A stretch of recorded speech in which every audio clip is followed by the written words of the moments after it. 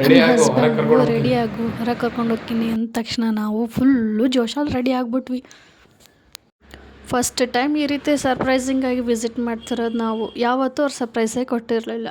So ಅಲ್ಲಿಂದ new year plan ಅಂತ ನಾವು ಹೊರಟಿದ್ದು ಉಡುಪಿ ಉಪಚಾರಿಗೆ ಅಲ್ಲ, ಯಾಕಂದರೆ ಅದು ವೆಜ್ ಆಗಿತ್ತು, ನನಗೆ ನಾನ್ ವೆಜ್ ಬೇಕಾಗಿತ್ತು.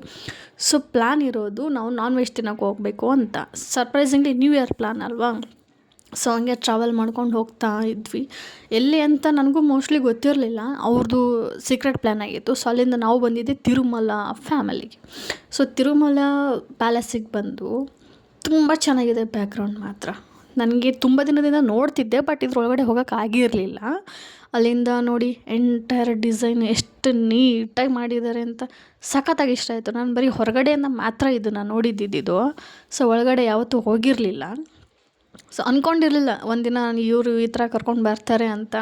ಸೊ ಫೈನಲಿ ಬಂದ್ವಿ. ಎಷ್ಟು ಡೀಪಾಗಿ ಮೆನು ಚೆಕ್ ಮಾಡ್ತಾಯಿದ್ದಾರೆ ನೋಡಿ. ಆ ಮೆನು ಕೂಡ ಅವರೇ ಎಲ್ಲ ನೋಡ್ತಾ ಇರೋದು. ಕೀಟ್ಲೆ ಕೊಡ್ತಾ ಇದ್ದಾನೆ ಇವ್ನು ಮಾತ್ರ ಸಿಕ್ಕಾಪಟ್ಟೆ, ಮೆನು ನೋಡೋಕ್ಕೂ ಕೊಡ್ತಾ ಇಲ್ಲ.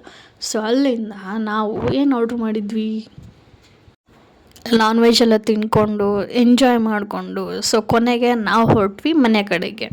ಅಂದ್ಕೊಂಡಿರಲಿಲ್ಲ ಇಷ್ಟು ದಿನ ಆದ ಮದುವೆ ಆಗಿ 3 ವರ್ಷ ಕಳೀತಾ ಬಂತು, ಒಂದು ದಿನವೂ ಸರ್ಪ್ರೈಸಿಂಗ್ ಪ್ಲ್ಯಾನ್ ಮಾಡಿ ಇವರು ಕರ್ಕೊಂಡು ಹೋಗಿರಲಿಲ್ಲ. ಸೊ ಫೈನಲಿ ಈ ವರ್ಷ ನ್ಯೂ ಇಯರಿಗೆಲ್ಲ ಸಿಕ್ಕಾಪಟ್ಟೆ ಖುಷಿ ಆಯಿತು ಗುರು ನನಗಂತೂ.